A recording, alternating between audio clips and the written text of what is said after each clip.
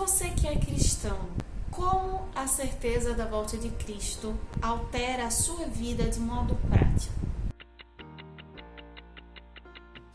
O que temos para hoje, Sanchos e Dulcineias? Eu sou a Larissa Bertolino e você está no Uma Garota Quixotesca. Nestes 2 anos, nós estamos fazendo a jornada de leitura conjunta sobre o Grande Conflito, um livro sobre a história da igreja, conflito cósmico entre o bem e o mal. No ano passado, ali nos meses de outubro e novembro, nós estivemos lendo sobre o grande desapontamento, um acontecimento relacionado ao movimento milerita, formado por vários protestantes que juntos esperavam que Jesus voltasse no outubro de 1844. E depois dessa decepção, uns esqueceram totalmente, largaram a fé, outros continuaram estudando, tentando marcar outras datas, e um outro grupo começou a orar e a estudar a Bíblia para tentar entender o que é que tinha acontecido, até chegar nas mesmas passagens de Miller e outras, e saber que aquilo era uma profecia que estava marcada na Bíblia e que eles, se desapontar, viria daí um movimento de renovação cristã. Surgem algumas questões, dentre elas a Igreja Adventista. E no livro de hoje, Paixão, Propósito e Poder, resgatando o espírito e a visão dos pioneiros, nós vamos ter acesso a relatos, reflexões, comentários, cartas destes homens e mulheres neste período, começando desse processo do desapontamento, como alguns deles reagiram, como eles lidaram com a situação, como a esperança deles foi renovada ao descobrirem a verdadeira profecia que estaria se cumprindo ali. Esse livro ele acaba sendo voltado para o público adventista, para entender um pouco da história, conhecer mais um pouco sobre os pioneiros, entender algumas lições que o autor vai selecionando aqui, a fim de despertar esse mesmo sentimento que esses homens e mulheres tinham e cultivar em nós, à luz da Bíblia, este mesmo propósito de aguardar a volta de Cristo e anunciar às pessoas da sua graça, do seu amor e do seu breve retorno. Acaba trazendo reflexões importantes sobre a fé renovada, entender o propósito das nossas vidas e às vezes de mudar alguns rumos, algumas atitudes frente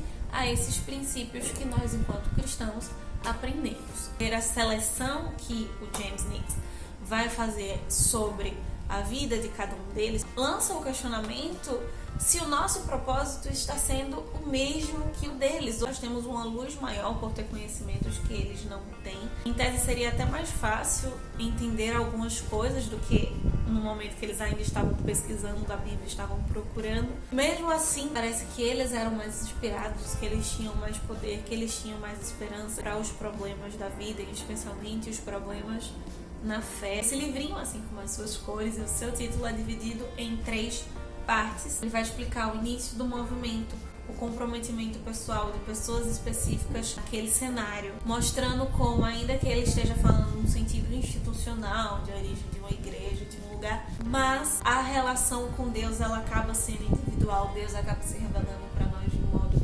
individual, de acordo com a nossa linguagem. Por isso os capítulos eles são segmentados com o nome desses pioneiros, as experiências que cada um deles viveu, nos convidando a também buscarmos um relacionamento íntimo, um relacionamento pessoal com aquele que nos dá propósito. A sessão final, poderíamos dizer, poder, é a mais importante e bela de todas, porque vão ser apresentadas cartas e especialmente orações de alguns desses pioneiros.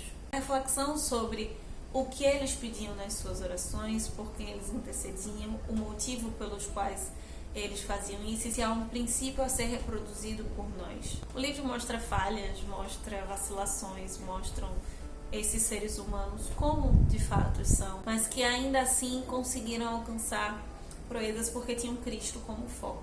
O maior capítulo disserta entre os pioneiros sobre aquele com quem eu mais me identifico, que é o J.N. Andrews. Ele, que foi o primeiro missionário adventista na Europa, era de fato um intelectual, um homem das letras. E a percepção que ele tinha da obra missionária é algo bem pertinente, necessário para os nossos dias mais do que nunca. Qual a percepção que ele tinha sobre si, sobre o mundo, como ele aplicava isso na prática e como de fato ele conseguiu se entregar por inteiro, tanto corpo quanto mente, em todos os seus talentos. Aquilo em que Deus o capacitava, ele se espremia ao máximo para poder devolver isso, para que as outras pessoas também recebessem essa graça e também recebessem um propósito pelo qual viver. Reflexão é o convite que o James Nix deixa no livro que eu faço para você. Como cristão, qual a percepção que você tem tido sobre Deus? O quanto da verdade que foi revelada você de fato conhece? Como você a tem aplicado na sua vida? Como essa verdade tem adicionado propósito na minha vida?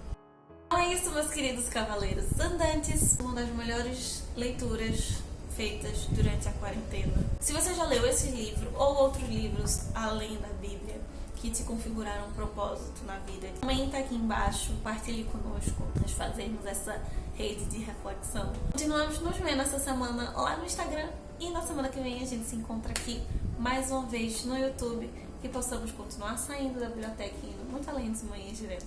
Valeu! Se tem algo que pode de fato ser colocado em xeque neste mês, é a ideia de propósito como algo intrínseco ou algo que nós elaboramos para a nossa vida. No quadro em 5 minutos nós te apresentamos vários livros que podem te ajudar, não necessariamente a chegar no ponto final, mas produzir e te ajudar a entender e construir o seu propósito.